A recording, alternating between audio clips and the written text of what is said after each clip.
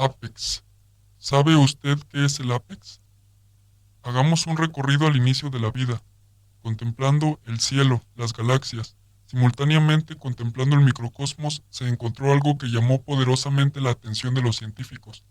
Todos los átomos y planetas tienen una inclinación. Esta hizo pensar en alguna alteración física, pero se postuló la teoría del Apex. Consiste en que todos los elementos materiales que flotan el espacio y los átomos apuntan a un lugar perdido en el infinito. A esto se le denominó el Apex. Ahora bien, si eso es así, la pregunta, ¿qué existe más allá de ese punto Apex o inicial en el cual se concentró la energía primaria para liberar el universo tal como lo conocemos? Pues bien, según la filosofía, el concepto inmanente del todo está en la creación hacia su interior, lo cual da como resultado el principio del mentalismo, que reza: todo es mente y el universo es mental. No la mente del hombre, sino la mente del todo. Esto quiere decir que estamos inmersos en el punto central de la mente infinita, que puede parecernos que el universo se expande, pero realmente solo se funde en el interior del todo. Todo cuanto existe está sumergido en el espíritu energía, y todo cuanto existe está constituido de esta energía, lo que nos dice que estamos implícitos en la primaria energía, y no podemos, así muramos, estar fuera de ella. Veamos un ejemplo para comprender mejor la relación de todo en todo. Supongamos que una persona pierde en un accidente sus brazos, sus piernas, su cuerpo completamente. Solo queda su cerebro sostenido por vida artificial y a través de él la mente. Este sujeto podría crear, generar un algo. Si es así, puede pensar por un instante cómo lo haría, teniendo en cuenta que el cerebro no puede multiplicarse, no puede dividirse, no puede agrandarse. ¿Cómo crearía? Tal vez pensemos que en estas condiciones no podría crear absolutamente nada, que no se justificaría tenerlo con vida.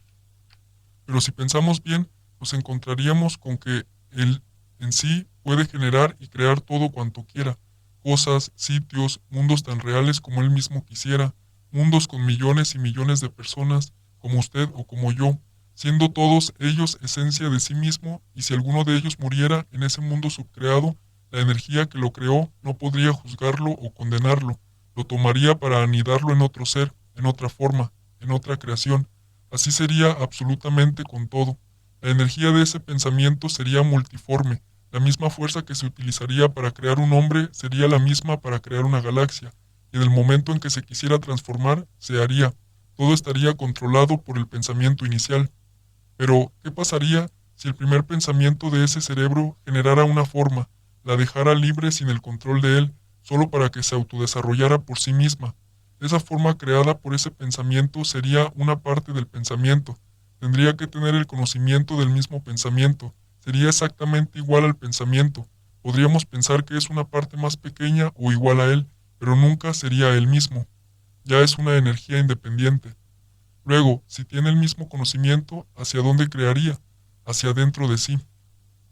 Así como nuestro cerebro, pero sin cuerpo, crearía hacia su propio centro, hacia su parte más profunda. Así también sus creaciones enervaran hacia dentro de sí, y todo simultáneamente viviría en ese mismo pensamiento, aunque tuvieran diferentes formas y diferentes ocupaciones. Si una subcreación de la subcreación, mejor, si una creación de ese pensamiento más pequeño por comparar constelaciones, galaxias, planetas, hombres, llegara a morir en ese pensamiento, ¿qué ocurriría? La forma como tal de hombre se borraría de ese pensamiento. Lo que ese hombre haya hecho, su energía psíquica, quedaría con el conocimiento sin identidad y sería elevado o unido a la energía del pensamiento que le formó. La energía tomaría esa parte de sí, que ha sacado más conocimiento de sí misma, que es el mismo del gran pensamiento, y la pondría nuevamente en otra forma para así continuar. El pensamiento autoconociéndose a sí mismo, ya que podría verse proyectado en millones de formas, cada forma tendría que liberar el conocimiento que está implícito en ella, y a pesar de tenerlo, es el conocimiento general del gran pensamiento. Entonces, cada forma no aprendería nada, lo sabría todo. Sería como un proyector de video, aunque todo esté en la cinta, hay que dejarla correr para entenderla. Así lo mismo desearía vivir y enfrentar diferentes situaciones, para ver y saber cuánto conocimiento se tiene interiormente. Si se hace cada vez más profundo, se encontraría con que tiene todo el conocimiento, y también podría generar más pequeñas formas y así hasta el infinito. ¿Cómo se podría medir el tiempo y el tamaño de esas formas creadas en el interior de aquel cerebro? Hablaríamos de un tiempo subjetivo, y sería el tiempo y el espacio relativo. Únicamente para las formas creadas, un segundo podría ser igual a 1000 años, un átomo a una galaxia, o también a la inversa.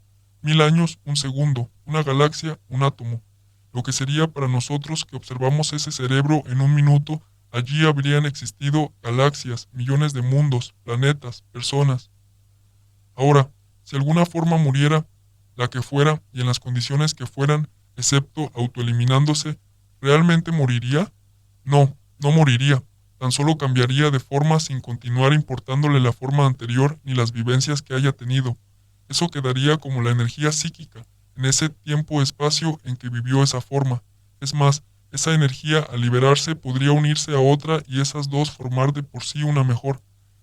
Entonces, ninguna otra forma podría tener comunicación con el pasado de ninguna y tampoco con el futuro, ya que siendo en el interior de ese cerebro el tiempo y espacio relativo no existiría pasado ni futuro, sino un enorme presente. Así, una forma liberada de la energía del pensamiento vuelve a ser otra forma en un tiempo anterior o menor, reencarnará en el pasado o bien en el futuro, visto desde el punto del tiempo en la forma. Pero aún pasado y futuro sería un solo presente para el pensamiento. Pero si una forma se autoelimina, al hacerlo, iniciaría un proceso en el cual anularía el desarrollo de muchísimas formas, ya que en todas estarían encadenadas en el desarrollo del pensamiento del cerebro de nuestra experiencia imaginaria. Si ello sucediera, el pensamiento se alteraría, encapsulando la energía con el patógeno de suicidio a un lado, para que no pueda infestar a las demás y no tendría oportunidad para seguir siendo forma hasta que el pensamiento primario se desvaneciera del todo. En aquel cerebro, el fallecimiento aparente de cualquier forma del pensamiento solo importaría a las formas que quedan vivas, pero al pensamiento base realmente no le importaría ya, que para él ninguna forma podría verdaderamente morir. Ahora, ¿cómo se crearían las formas? Aquel cerebro, al no tener un cuerpo físico, sí lo tendría mentalmente, y no un cuerpo, sino millones. Pero vamos lentamente. El primer pensamiento produciría una energía. Si va a crear, no crearía la forma de una vez, sino una energía concentrada que sí tendría la facultad de multiplicarse mediante un proceso de atracción y repulsión, permitiendo de esta manera diferentes formas de asociación o mejor condensación de fuerza y luego liberación de millones de partículas. Esas partículas se unifican en asociación formando muchos cuerpos, así hasta llegar a terminar siendo cualquier cantidad de formas, las cuales concentrarían muchas formas de sí mismas. Así obtendríamos mundos, galaxias, planetas, seres, en cuanto se les permita la libertad a las primeras formas de asociarse en diferentes grupos. Retomemos por un momento la parte de la química, el hidrógeno y todas sus posibles combinaciones hasta formar todos los elementos químicos que conocemos. Así, las posibles combinaciones entre todos estos elementos, si analizamos químicamente un hombre y un planeta, vemos que en constitución química son iguales, la única diferencia sería en cantidad y forma. Como hemos visto, un pensamiento puede crear interiormente todo lo que desee. ¿Cómo identificamos la energía que formó el pensamiento primario? No la energía química de las neuronas, sino la forma, el pensamiento. No podríamos definirla por física tal como la conocemos, porque las neuronas y aún el mismo cerebro está constituido de esa misma energía. Asimismo, el cuerpo, el hombre, las galaxias, los planetas, el universo, protones, átomos, moléculas. Como en el ejemplo del cerebro, así también extraemos el conocimiento de nosotros mismos. Recordemos que cada uno es en sí un todo, que en nosotros está el conocimiento absoluto. Ahora, si tal vez podemos comprender mejor lo que realmente es el espíritu, la energía que crea hacia dentro de sí, una energía pura que solo en la calma de sí misma genera una sola fuerza de atracción hacia su interior. Esta atracción se condensa haciéndose más fuerte hasta que explota dentro de sí. Viene la repulsión, lo positivo y lo negativo. Esta polaridad inicia el proceso nuevamente concentrándose y expandiéndose. Allí comienzan a actuar tres energías, las cuales conocemos como energía espiritual o energía absoluta de todo cuanto es, energía mental o el conocimiento de polaridad pura que algo tiene, y energía física, que es la unión de lo espiritual y lo mental en una sola forma. Ya al final, cuando el cerebro muera físicamente, es difícil de saber si la energía del pensamiento, con todas sus formas, mundos y universos, continúen viviendo en otra dimensión. Posiblemente sí, la mente puede vivir sin cerebro. Algo muy similar ocurre con el espíritu, al ser la energía que conforma todo cuanto existe. De esta forma, no podemos hablar de espíritus o energías individuales. Tendríamos que hablar que existe un solo espíritu que lo contiene todo. De no ser así, tendríamos obligatoriamente que pensar no en un todo, sino en una gran cantidad de espíritus diferentes, lo cual nos llevaría a concluir que todos esos espíritus formarían uno solo. Por cualquier lado que se analice, se concluirá en lo mismo, un todo que contiene todo. Aunque algo muera, aparentemente no deja de tener su espíritu. Seguirá sumergido en él. Nada puede salirse o abandonarse o alejarse del espíritu o energía primaria. La materia puede transformarse, puede tener diferentes apariencias, pero jamás escapará del espíritu. Ocurre algo muy curioso en la concepción del espíritu. Realmente la materia existe. Recordemos una parte de la tabla esmeraldina para comprenderla. Es de aclarar que esta explicación fue dada por Hermes. Todo cuanto existe está sumergido en la energía, mas no podemos pensar que cada cual posea una energía diferente o individual. Todo es creación de la primera, mas no es creación directa de la forma como tal, sino de una energía en libertad que por atracción y repulsión se asociaría en estados más complejos hasta dar como resultado los diferentes organismos, los cuales posteriormente conformarían los cuerpos, galaxias, etc. Pensemos por un momento en la energía eléctrica. Es más bien parecida a la energía del pensamiento. Y como todas las cosas proceden de una, por la mediación de una, así todas las cosas tienen su origen en esta cosa, una por adaptación. Y de igual forma el enunciado del arquetipo maestro, todo el poder que fue, es o será, está aquí y ahora. Si todo es espíritu y energía primaria, ¿qué existe realmente? El espíritu o energía primaria no está fuera de cada uno, sino muy al contrario se encuentra en lo más profundo del interior de cada ser. A manera de ejemplo, si una forma cualquiera de nuestro cerebro quisiera encontrar al primer pensamiento, ¿dónde lo buscaría? ¿Hacia afuera de sí o hacia su propio interior?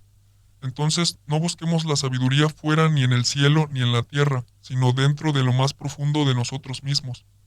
¿Qué maestro podría enseñar el camino hacia el interior si él nunca lo ha caminado? De hacerlo no tendría cómo enseñar ya que estaría inmerso en su propio autodescubrimiento. Solo podría mostrar el sendero para que cada cual lo camine. El único y verdadero maestro es uno mismo. Cuando se logra encontrar el camino hacia el interior, simultáneamente se puede extraer del mundo espiritual todas las cosas. Dice el arquetipo maestro, de las inagotables riquezas de su ilimitada substancia, extraigo todas las cosas necesarias, espirituales y materiales. Todos poseemos todo en nuestro interior y somos libres de tener lo que verdaderamente deseemos. Si bien es cierto que todo está en todo, no lo es menos que el todo está en todas las cosas. El que comprenda esto debidamente ha adquirido un gran conocimiento, el Kybalión.